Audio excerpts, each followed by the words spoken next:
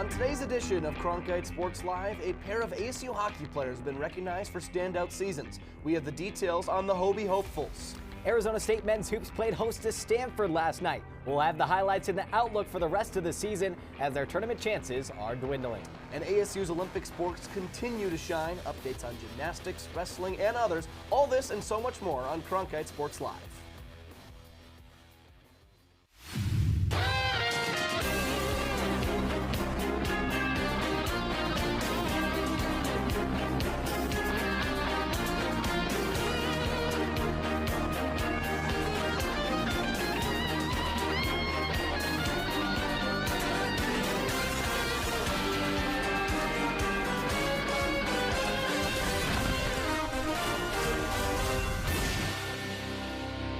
It's Friday, we're here in Studio 6, and we figured, what the heck, we might as well put together another edition of CSL. I'm Riley Swenson, that's Blake Neiman, and Blake, I think we're a fantastic duo here on the desk, but maybe not quite as good as a standout duo on the ASU hockey team. Yeah, I agree, Riley. I feel like we're pretty solid up here on the desk, but man, those guys down at Lucas Sillinger, Tim Lovell, those guys are pretty hard to beat. The pair of Sun Devils each were nominated this past week for the Hobie Baker Award, which is given to the best player in college hockey each season. And of course, we have the numbers on them for you. You see the assists are the ones that really pop out. 24 for Sillinger, 23 for Tim Lovell. 30 points for Sillinger. That's a high on the team, but these are just numbers. For a deeper dive of who they are and why they're nominated for the award, we send it to Gabby Chernoff. Defenseman Tim Lovell and forward Lucas Sillinger became the 5th and 6th Sun Devils in program history to be nominated for the Hobie Baker Award, which is given each year to the player deemed the MVP of college hockey, a hockey Heisman, if you will, with the winner decided by coach and fan voting. There have been plenty of other Sun Devils previously nominated for this award, 4 to be exact, those including TJ Septenfelter and Robert Mastrosimone in 2023, as well as Johnny Walker and Joey Decord in 2019. Decord is now playing his first season as the main man between the pipes for the Seattle Kraken in the NHL, so a previously nominated Sun Devil who's gone on to do some pretty great things. Needless to say, it's not a nomination that should be taken lightly. But let's take a look at their resume. What kind of numbers are these guys putting up to make them some of the best in college hockey? Well, Tim Lovell is the definition of an excellent two-way player. His 28 points so far putting him at 4th in point scoring among all NCAA defensemen, and he's also ranked 3rd in assists among NCAA defensemen with 25 on the season. That tally also ties him for most assists by a defenseman in Sun Devil hockey program history. So now we'll take a look at Lucas Sillinger. The winger has put up 30 points so far, the most out of anyone on the Sun Devil hockey roster. Those 30 points also have him tied for 14th in the nation in that category, and 24 of those points are assists, which put him at 4th in the NCAA. I want to take a look just beyond the numbers now, because while they can be a good indicator of success, there's so much more that these two do that make them such great players. So we're going to start off here with Tim Lovell. He's the definition of a two-way player, the best one on the team, dare I say, and Coach Powers describes him as dynamic. You can put him anywhere to do anything, and he'll execute in a good way. So here, ASU loses control of the puck in their own zone. Watch here. He's going to do what defensemen do and defend. He edges the guy off the puck, allows that puck to pop out of the zone, so his team can get a reset here. They're going to set up a scoring chance here. It's going to miss, but what's important, this rebound goes into the corner. He tracks the guy on the puck, again, hits him, gets him off the puck, allows it to come back up high. Watch his transition from defense to offense. He reads this play so well. Sillinger has the open lane through the slot. Case closed. Tim Lovell scores the goal, and that game would be tied because of that. Now on to Lucas Sillinger. The guy's just smart with the puck. His hockey IQ is unmatched, and he's always 1, 2, 3 steps ahead of the play, getting where he needs to go and knowing where he needs to be ahead of time. So he's going to be right there up at the blue line, and what he's going to do, he's going to pitch that down to his teammate, and that is going to allow him to have so much space to walk through, and he's going to get there. He's going to get there, and those two guys down low aren't able to get on him, and it's going to allow him to either go up or down, depending on what the play needs. He's going to go down, get the rebound, picks it out of the scrum, and then feeds it to Copperwood. Case closed again. Beautiful assist. Sun Devils took the lead on that goal in that game. So really, two good players. It'll be interesting to see if they can even come away as a finalist for this award. Really great guys for the Sun Devil hockey program this season. It's been a rough go for Greg Powers' group as of recent, losing 3 of their last 4, including getting swept for the first time this season against Cornell. The Sun Devils have a prime chance, though, to get themselves back on track tonight against the lethargic Lindenwood Lions. For more on what's at stake for ASU down the stretch, we send it out to our Anthony Remedios at Mullet Arena. After a restful bye last week, the Sun Devils will embark on the most pivotal stretch of their season, with 10 games remaining, all against fellow independent teams. In just a few hours, they will host Lindenwood, a team they swept in this building just a season ago. Head coach Greg Powers provided an injury update earlier this week and said that Ty Jackson will very likely be available in a limited role, and a good chance that Tyler Gratton returns to the ice as well. After losing 3 of its last 4 games and currently sitting just outside the pairwise top 16, ASU will need to win at least 8 of its final 10 games for strong consideration in the NCAA tournament. Arizona State men's hoops back in Tempe to take on Stanford, looking to bounce back from getting swept by the Oregon schools. Early first half, Jemiah Neal, pull-up tray, and some cachet. Sun Devils open on a 9-0 run. A few minutes later, Neal, driving, kicks it out to Frankie Collins, who works it around the world to Adam Miller, who drains one from downtown. ASU had 4 threes in the first 6 minutes of this one. Devils by 4. 8 minutes first half, Miller in the corner, carves to the cup, fumbles, recovers, flings it up, and rings it home with the foul. 24-21 ASU. But the Cardinal would close the distance thanks to this guy, Brandon Angel, duck under hook and harm to make it a 1-possession game. Closing seconds of the half, Frankie Collins roaming around, splits the D and hammers it home. Puts a pair of players on a poster, hang it on a wall, let it fly, touch them all. ASU leads 33-29 at the half. Yet Stanford came out blazing from the break. Angel slips inside for a bucket, part of a 12-2 Cardinal run. Sun Devils with a quick answer, though. Jose Perez flips it to Frankie Collins, who sinks the go-ahead 3, 51-50 ASU with 11 to play. Few possessions later, Adam Miller's three-pointer comes up short, but Collins collects the rebound and finds Miller on a behind-the-back backdoor pass to cap off a 10-2 Sun Devil run. ASU regains the momentum. Unfortunately for the men in maroon and gold's momentum was short-lived as the Cardinal closed out the game on a 17-2 run. Due to the towering trees in Maxime Renard and Brandon Angel, who each posted double-doubles en route to a 71-62 Stanford victory and hand the Sun Devils their 3rd straight loss. Now sitting at 11-10 overall and 5-5 in Pac-12 play, ASU's chances at the dance are dwindling. The Sun Devils are 1-4 against Q1 opponents, as you can see right here this season, with their lone dub coming against Utah at home to kick off the 2024 new year. The Devils will face the Utes in a rematch this upcoming week on their Rocky Mountain road trip. For more on ASU's current tourney resume, here's Ryan Myers with some bracketology. After losing 3 straight games, ASU men's basketball has fallen behind on its hunt for an NCAA tournament bid. The Sun Devils have fallen to 120 in the net rankings, an NCAA evaluation tool used to rank all 362 Division I basketball programs that replaced RPI back in 2019. The lowest ranked team to make an at-large bid into the NCAA tournament was Rutgers back in 2020 when it finished 77th in the net rankings. So what does that mean for the Sun Devils? It means they have to win games, and they gotta win now. With 10 games left on their schedule, they'll have 4 Quad 1 opportunities left to increase their stock. NCAA basketball matchups are divided into 4 divisions by net rankings and location. Beating a Quad 1 team can increase your stock, while losing to a Quad 3 or 4 team will come back to bite you. For ASU, its best opportunities for Quad 1 wins will be Colorado and Utah on the road next week. And ASU was able to take care of business against both teams earlier in the season. The last Quad 1 games for ASU will be against Arizona, who are currently number 12 in the latest AP Top 25 poll. ASU's Cinderella moment last season came from a Desmond Cambridge game-winning heave to beat Arizona. That win propelled ASU into the first 4 where they went dancing. Unfortunately for the Sun Devils, this isn't last season, and currently they're 0-5 in Quad 1 games to this point. The other 6 games ASU will play between now and the Pac-12 tournament don't leave room for error. Tomorrow, California comes to Tempe, a team ASU has already beaten this season in a narrow 71-69 win.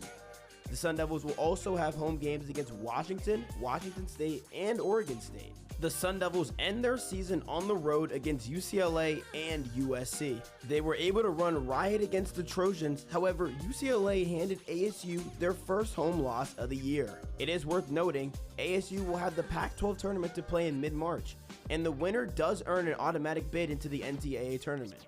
However, since ASU has never won the men's Pac-12 tournament in its history, that won't be the expectation. The Sun Devils are in a very tough spot in the season at this point, and with only 10 regular season games left, the clock is ticking to impress the NCAA tournament committee as to why they belong in the top 68. For Cronkite Sports, I'm Ryan Myers. If you just simply look at the record of the ASU women's basketball team, you'd be disappointed to say the least. But things might not be all that bad. To find out why that is, here's Jacob Shanker. What's the one thing that you want everybody to know about the ASU Sun Devils coming into this year? We're coming. That's all I can say. We're coming. After finishing off the last season with a record of 8-20, the hopes of future success for ASU's women's basketball began to dwindle. Last year's leading scorer, Ty Skinner, is out for the year due to injury, which only worsened the matter. After a season of struggles, how does a team that went through so much hardship end up better than they were before? One word: tenacity. That's the goal. You want us as coaches, we're teaching, we're implementing a system, a new culture. Jaden Simmons literally is the only returning veteran from a year ago. So it's a brand new team. Natasha Adair has set the precedent for this team to not only play till the end, but to play as a family. While upperclassmen like Jaden Simmons and Isadora Sosa have provided stability for this team, it is the sophomores that have revitalized this program. One of the best newcomers is Jalen Brown from Louisville. Brown has undoubtedly been the Sun Devils' best scorer, putting up 17.5 points per game while shooting 37% from the three. Her season high of 35 points is the most by a Sun Devil since 2000. Brown's variety of shots from the drop step mid-range to the pull-up three has not only improved her own game, but has inspired others around her.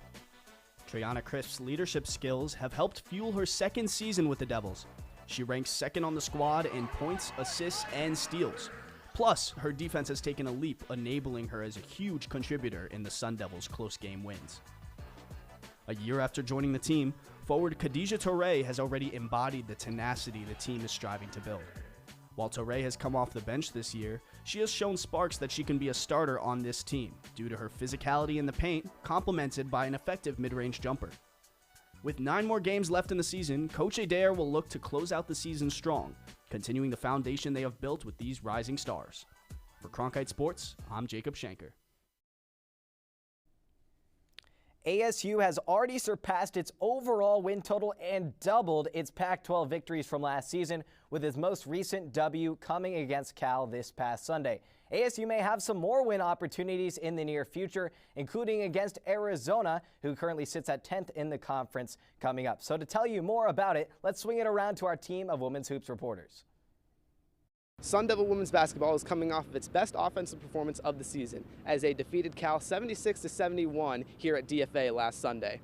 All 5 of ASU's starters scored in double figures, and the team shot 55% from the field and a blistering 80% from deep. This is thanks to a combination of great ball movement and spacing, which allowed the Sun Devils to take open shots and turn those opportunities into points. Additionally, ASU's guards were taller and faster on the court compared to the Golden Bears, which allowed them to score in the paint late in the game in order to maintain the lead. The Sun Devils will take this momentum into Tucson this weekend. Here's Isai Romero with more on that matchup. This Sunday could be the final matchup of a historic rivalry in the Pac-12 as ASU takes on U of A and will try to tie the season series at 1 apiece. Last time we saw these two teams share the floor was in December, where the Wildcats punched ASU in the mouth at Desert Financial, handing them a humiliating 91-52 loss. Since then, Arizona is 3-8 and haven't had the success in conference play that you might expect, but have still shown that they are a young, formidable team. They are led by sophomore guard Caitlin Gilbert, who has taken a leap from last season, averaging 16.6 rebounds and 3 assists, and will be a key matchup with ASU's own breakout player in Jalen Brown. The Sun Devils will travel to Tucson, looking to pick up their first win in the McHale Center since 2018. For Cronkite Sports, I'm Isai Romero. Hitting the links now, the Sun Devils made the trip down to Tucson this past weekend for the National Invitational, and they were led by this man right here, Wenyi Ding. The rookie was throwing darts from start to finish, 15 birdies, 3 eagles in the tourney, and by the way, those 3 eagles, they led the team, but no big deal. For more on him and the rest of the Sun Devils' performances, we have our very own golf reporter, Carson Orvis. Arizona State teed it up in the 2024 National Invitational in Tucson earlier this week as a part of a stacked field including Arizona and Stanford, among others. The 2-day event consisted of 3 stroke play rounds. After day 1, freshman Wenyi Ding led the entire individual field in his second tournament as a Sun Devil. Ding is already having an immediate impact for ASU and is beginning to prove that he's going to be a key piece to this year's team as just a freshman from China. Junior Preston Summerhays was also in the top 3 after day 1, pushing the maroon and gold to second place. Day 2 was a slower start, but Summerhays, along with sophomore Luke Potter and junior Josele Ballester, all went 3 under in their final 4 holes, helping ASU secure a top 3 finish, falling behind the leader New Mexico by just 2 strokes. Ding shot 5 under in his final round, finishing second overall on the individual leaderboard, just 1 stroke behind BYU's Zach Jones. The Sun Devils will hit the links next in Waimea, Hawaii on February 8th for the Omer Ari Invitational and look to continue riding a wave of good play into the rest of the season. Arizona State Gymnastics has really gotten friendly with the state of Utah this winter, competing against a trio of teams in the Beehive State. But tonight, the Sun Gym Devils finally return home to the desert for a daunting meet against number 1 Oklahoma and number 2 Cal. Our Luke Galindo gets you ready for ASU's eventful evening. The Arizona State Gym Devils will be returning back to Tempe from their road trip from Utah, where they earned 2 wins against Southern Utah and Utah State and a loss against 5th-ranked Utah. ASU will be hosting their toughest opponents of the year this weekend, number 1 Oklahoma and number 2 California. The defending champion Sooners are a force to be reckoned with. They have 32 wins and only 2 losses in their last 34 meets. There's plenty of stars in this roster, but a notable gymnast to keep an eye on in this upcoming meet is sophomore Faith Torres. Torres burst onto the scene in 2023, showcasing her skills in every event, but really standing out on the floor and vault, earning a spot on the first-team All-American for both events, and was a top freshman on the floor to end the 2023 regular season. Another Oklahoma gymnast to keep tabs on this weekend is junior Jordan Bowers. Bowers improved tremendously from her first season as a Sooner and shows no signs of slowing down anytime soon. As of today, she holds the 5th highest all-around score in the nation. She is great in every event, but she is known for her unique floor routines and has earned 2 first-team All-American spots in the floor event. Now let's take a look at the other team competing in Tempe this weekend, number 2, California. The Bears finished their 2023 regular season with a 17-2-2 record, and they were crowned regional champions but fell short in the championship semifinals meet. Leading the way for the Cal Bears is junior Maya Lazan. Lazan had a true breakout sophomore season, earning 27 top 3 finishes and 15 event wins. Where Maya really shocks the crowd is her skills on the beam. She was the first in program history to earn a perfect score and win a Pac-12 title on the beam. She is currently ranked 2nd in the nation for all-around average, but close on her tails is teammate MJ Frazier. The sophomore had a phenomenal first season with 15 top 3 finishes, 9 of those being event wins. Frazier is known for her creative floor routines and was awarded with the first-team All-American spot for the floor event. She put herself in the California history books as the first in program history to record a perfect score on the floor and broke the program record for all-around score with a 39.75. The ASU gymnasts are going to have to be on their A game this weekend if they want a chance of beating either of these 2 teams. From Cronkite Sports, I'm Luke Galindo. Now we head over to the mat to talk about ASU wrestling. Their season is in full swing, but it hasn't gone quite as planned. And here to help break it down is WCSN wrestling reporter Sam Goodman.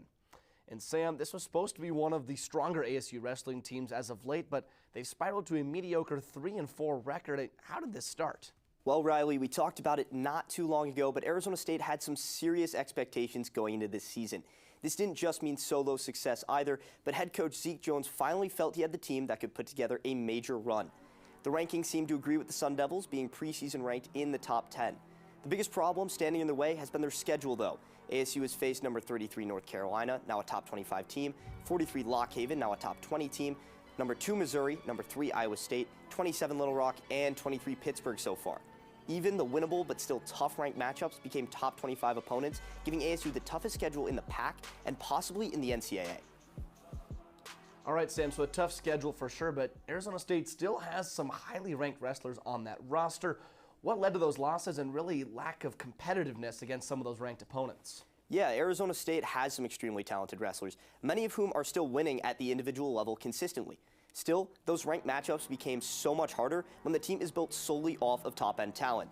Julian Klebov has emerged as a star at 133, Cal Parco has had an incredible year at 149, and of course, Ja'Cory Teamer has dominated at 157. But outside of that, the team just lacks depth. Going to matchups, winning at the top of the depth chart, but getting beat down the stretch of the event has been the toughest challenge for the Sun Devils this season. If you go down the depth chart, almost everyone on the roster in every weight class is well under the 500 mark, except for those starters. Now, early in the year, Colton Schultz missed time, Ja'Cory Teamer missed time, and Richie Figueroa missed time, all with injuries. The Sun Devils were in a really bad spot, especially against a lot of ranked teams. They had to rely on that depth and just couldn't survive against the best of the best. All right, so the past is in the past, but how do they turn this thing around and get it going in the right direction? Well, finally it feels like the Sun Devils are at a spot where they have the full roster assembled.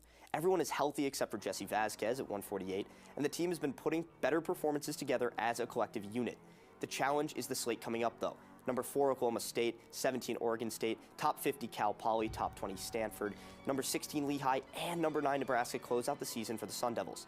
Still, this roster really hasn't had the opportunity to display what they can do with a mainly healthy team. The injury bug hit them early at 3-4. The Sun Devils are not out of national title contention just yet, though. If they can score big wins against Oregon State and Cal Poly, Stanford, while utilizing their starters as much as possible, then get some upset wins against Oklahoma State or Nebraska, bringing on the depth, showing up when it matters most, the Sun Devils might be going dancing once more. All right, thank you so much for joining us, Sam. Enjoy the weekend, my friend. The early season injuries and struggles have certainly not been ideal for Zeke Jones' squad. But in wrestling, there is no mercy. That could not be truer than tonight as the Sun Devils head to the holy grail of college wrestling in Stillwater to take on the undefeated number 3 Oklahoma State Cowboys. WCSN wrestling reporter Crawford McKinstry has more on the battle between future Big 12 foes. ASU Wrestling's roller coaster of a season takes another turn as they face off against the undefeated number 3 Oklahoma State Cowboys at 6 p.m. in Stillwater. Oklahoma State is fresh off a 21-12 victory against number 4 Iowa State last Saturday, which tallies 2 wins over top 5 opponents this season for the Cowboys. The struggling 3-4 Sun Devils have yet to win 2 in a row this season, a stark contrast from the 10-0 Cowboys. Oklahoma State currently has 7 top 15 wrestlers on their roster, so let's break down a few big names to look out for ahead of tonight's matchup. Dustin Plott, ranked 2nd at 184, has dominated competition recently as he picked up his 3rd top 10 win in a 17-3 major decision last weekend. The senior sits at 19-2 on the season and has put up bonus points in 16 of his 21 matches. Another senior looking to cause ASU trouble is number 3 at 133, Dayton Fix. The 3-time NCAA finalist heads into tonight's duel having notched his 6th straight bonus point win over Evan Frost a week ago. While the same big names keep getting the job done for the Cowboys, freshman Tegan Jamison has burst onto the scene and is ranked 8th at 141. A clutch takedown helped Jamison secure his 5th top 10 win in last Saturday's duel against the Cyclones. Not only do Oklahoma State's wrestlers look to stay hot, but Cowboys head coach John Smith does too, as he sits at just 6 wins away from 2nd most all-time in D1 wrestling history. As the Sun Devils hope to turn around their season, we'll see how they fare tonight against their future Big 12 foe.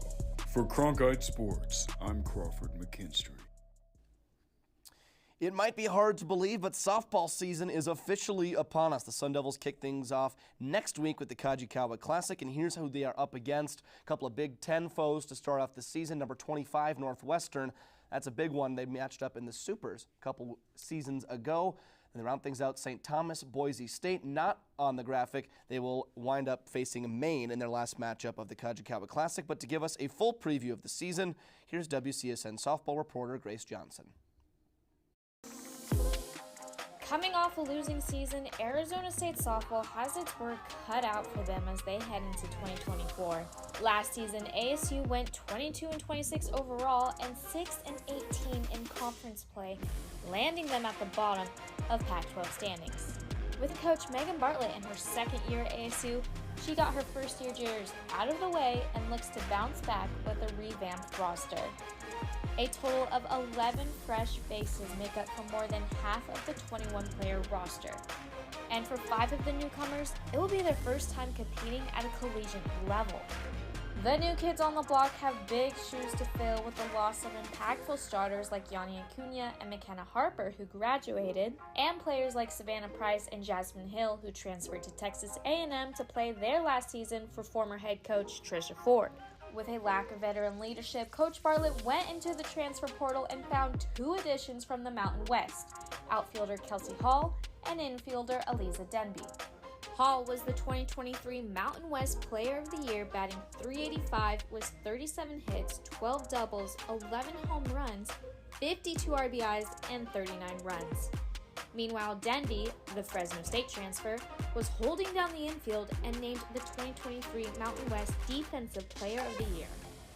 Another offseason arrival is sophomore Utah Tech transfer outfielder Tanya Windle, who led the WAC conference in batting average, hits, triples, on-base percentage, and she recorded a hit in 47 out of 53 games played. And Windle could be an offensive boost for the Sun Devils going forward. Now in the circle, all 5 of ASU's pitchers from last year will be returning, including junior Kenzie Brown, who led the bullpen with 76 strikeouts. However, one new arm Bartlett can call on this season will be freshman pitcher Mika Lape from California, who had a high school career ERA of 0.55 with 514 strikeouts. And for one last time, infielder Jordan Van Hook will be playing her final year of eligibility in Tempe. Van Hook was the main staple in ASU's offense last season and led the nation in home runs at one point. She even ended the 2023 season with 19 round trippers. The Sun Devils lost a lot of their key veterans, but found possible solutions in the transfer portal and fresh arms out of high school. But will this new team be able to find chemistry and compete in the final year of Pac-12 softball? The Sun Devils will kick things off February 8th against Wisconsin in its season opener at Club Barrington. For Cronkite Sports, I'm Grace Johnson. From the diamond to the pool, ASU water polo is off to a striking start. The Sun Devils just hosted the cross-conference challenge at Mona Plummer Aquatic Center, where they claimed a couple of wins over top 20 teams. For some more insight on the Devils' big weekend in the water, we bring in Jacob Brooks. ASU water polo started the season off with a bang, going undefeated in the ASU Cross Conference Challenge tournament, leading to the program's first 4-0 start since 2021. The Sun Devils' undefeated tournament run included 2 wins over ranked opponents, taking care of business against number 20 Wagner on Saturday and number 18 Loyola Marymount on Sunday. Perhaps the squad's most impressive feat of all, though, was scoring a program record 26 goals in a dominant win over Cal Lutheran. Leading the charge in that dominant win was sophomore attacker Sophie Shorter-Robinson, who notched 6 goals in the match. She wasn't the only Sun Devil lighting up the scoring column, though, as sophomore transfer Millie Quinn finished the weekend with 15 total goals, and senior attacker Lutza Patovari poured in 17 total goals of her own. It's safe to say the Sun Devil water polo squad backed up their number 14 preseason poll ranking as they're rolling in head coach Petra Party's second full season. They'll get the chance to keep their undefeated season alive this weekend at UC San Diego's Triton Invitational. Hey, how about some top plays? Let's keep it in the water. Sophie Shorter-Robinson, a filthy backhand goal to defeat number 20 Wagner. Baseball intra-squad scrimmage, that's what we call a Toby tank. Just a couple of weeks until Jacob Tobias is going to get to do that against opponents in a different colored uniform when they take on Santa Clara a couple weekends from now. And the top play of the week, Frankie Collins last night ripping apart the rim, rises above and brings down the house. ASU will leave the house empty, though, as they fall in this one. Drop their 3rd straight game, and that's going to do it for our show. Riley kind of flew by, and spring sports right around the corner. Can't wait to get to it next week. But for now, thanks for Riley Swenson. I'm Blake Neiman, thanking our entire crew here at Cronkite Sports Live. We'll see you next time.